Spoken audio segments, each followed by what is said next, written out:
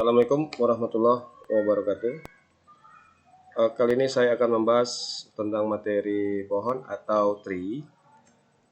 Pohon adalah salah satu jenis graf yang tidak mengandung rangkaian. Konsep pohon sangat penting karena aplikasinya sangat luas di berbagai bidang ilmu, khususnya ilmu komputer. Dalam kehidupan sehari-hari banyak dijumpai aplikasi pohon seperti struktur keluarga, organisasi pertandingan, dan sebagainya. Pada bab ini akan dibahas mengenai pohon sebagai struktur data rekursif yang merupakan bagian dari struktur data. Ya, berikut ini yang pertama adalah definisi pohon dan sifatnya. Pohon didefinisikan sebagai graf tak berarah terhubung yang tidak mengandung rangkaian. Sedangkan graf tak berarah, tak terhubung dan tidak mengandung rangkaian disebut pohon. Atau dengan kata lain hutan adalah kumpulan pohon-pohon yang saling lepas. Sifat-sifat pohon dapat ditunjukkan pada teorema 91. Berikut ini diberikan contoh pohon dan bukan pohon yang dapat dilihat pada gambar 91. Oke, di sini gambar pohon. Yang pertama di sini berbentuk pohon. Yang kedua itu berbentuk pohon. Yang ketiga dia tidak berbentuk pohon. Oke. Teorema 91, misalkan G sama dengan V, E adalah graf tak berarah sederhana dan jumlah simpulnya N. Maka semua pernyataan di bawah ini adalah ekuivalen. Yang pertama G adalah pohon. Yang kedua, setiap pasang simpul di dalam G terhubung dengan lintasan tunggal. Yang ketiga, G terhubung dan memiliki M sama dengan N kurang 1 buah sisi.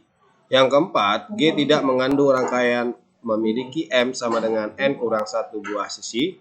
Yang kelima, G tidak mengandung rangkaian dan penambahan satu sisi pada graf akan membuat hanya satu rangkaian.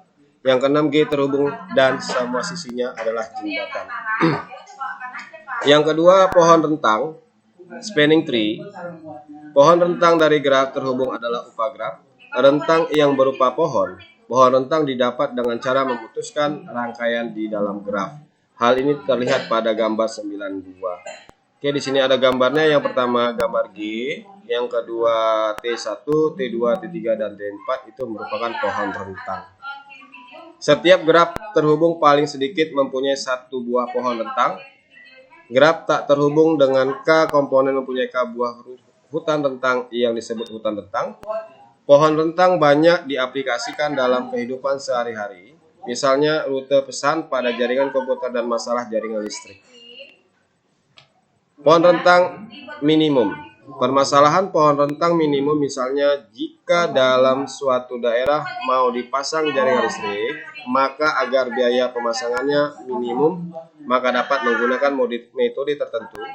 Dalam hal ini, sudah dalam lingkungan permasalahan pohon rentang minimum.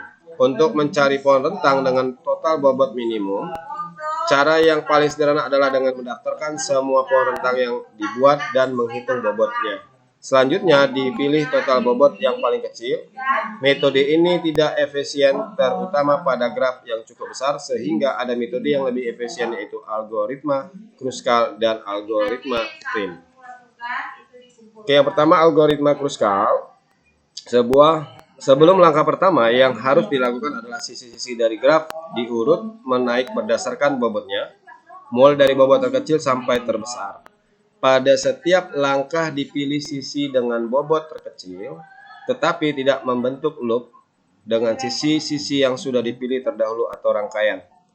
Langkah-langkah pada algoritma Kruskal adalah yang pertama T masih kosong, yang kedua pilih sisi U, V dengan bobot minimum yang tidak membentuk rangkaian di T, tambahkan U, V ke dalam T. Yang ketiga, ulangi langkah kedua sebanyak N kurang 1 kali.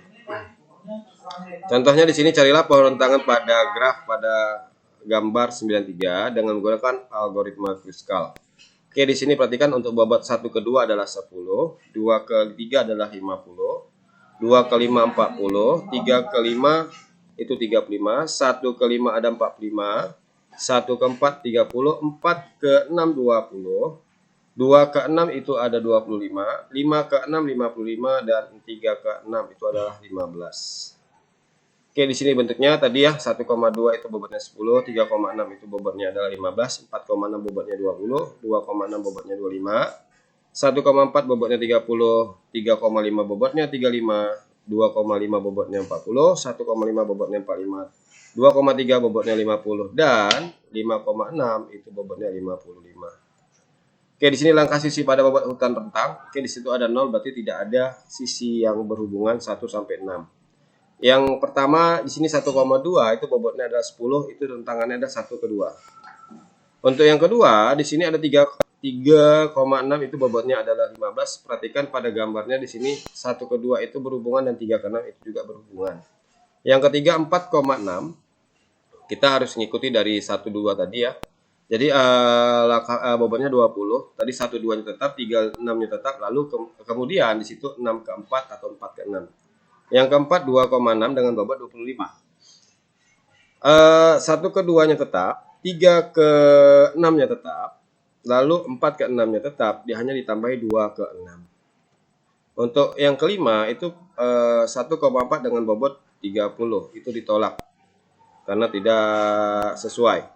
Yang keenam 3 ke 5 itu bobotnya 35. Jadi di sini hanya ditambahi, itu bentuknya adalah 3 ke 5 dan 3 ke 6. Pohon rentang minimum yang dihasilkan pada gambar yang di atas tadi bentuknya seperti ini. 1 ke 2 10, 2 ke 6 itu 25, 4 ke 6 itu 30, kemudian 6 ke 3 itu 15 dan 3 ke 5 itu adalah 35. Jadi dengan bobot itu penjumlahannya adalah 10 tambah 25 tambah 15 tambah 20 tambah 35 adalah 105. Yang kedua algoritma prim. Algoritma prim dimulai dari graf yang kosong sama sekali. Langkah-langkah pada algoritma prim dapat ditunjukkan sebagai berikut. Yang pertama, ambil sisi-sisi dari graf G yang berbobot minimum, masukkan ke dalam T. 2. Pilih sisi U, V yang mempunyai bobot minimum dan bersisian dengan simpul T, tetapi U, V tidak membentuk rangkaian di T. Masukkan U, V ke dalam T. Yang ketiga, ulangi langkah kedua sebanyak N kurang 1 kali. Pohon rentang yang dihasilkan tidak selalu naik meskipun bobotnya sama. Hal ini terjadi jika ada beberapa sisi yang berbobot sama. Contoh 92. Carilah pohon rentang dari graf pada gambar 93 pada contoh 91 dengan menggunakan algoritma prim. Penyelesaiannya bentuknya seperti ini. Yang pertama tadi itu 1,2 itu bobotnya 10. Jadi titik 1 dan titik 2 itu berhubungan. Yang kedua itu 2,6 bobotnya adalah 25. Jadi gambar yang pertama tadi itu berhubungan ke gambar kedua. Jadi 2 ke 6 itu bobotnya 25. Yang ketiga di sini 3,6 bobotnya 15, penambahannya adalah 3,6. Yang keempat 4,6. Jadi penambahannya bobotnya 20, penambahannya adalah 4,6. Perhatikan 4 dan 6 garisnya. Itu bobotnya adalah 20. Yang kelima itu 3,5 dengan bobot 35. Jadi penambahan pada titik 3 dan 5. Jadi dengan bobot pohon rentangan yang dihasilkan adalah 10 tambah 15 tambah 15 tambah 20 tambah 35 adalah 105. Gambarnya hampir sama seperti algoritma Kruskal. Oke, sampai sini materi yang saya sampaikan. Terima kasih atas perhatiannya. Assalamualaikum warahmatullahi wabarakatuh. Selamat siang. Berarti Bapak udah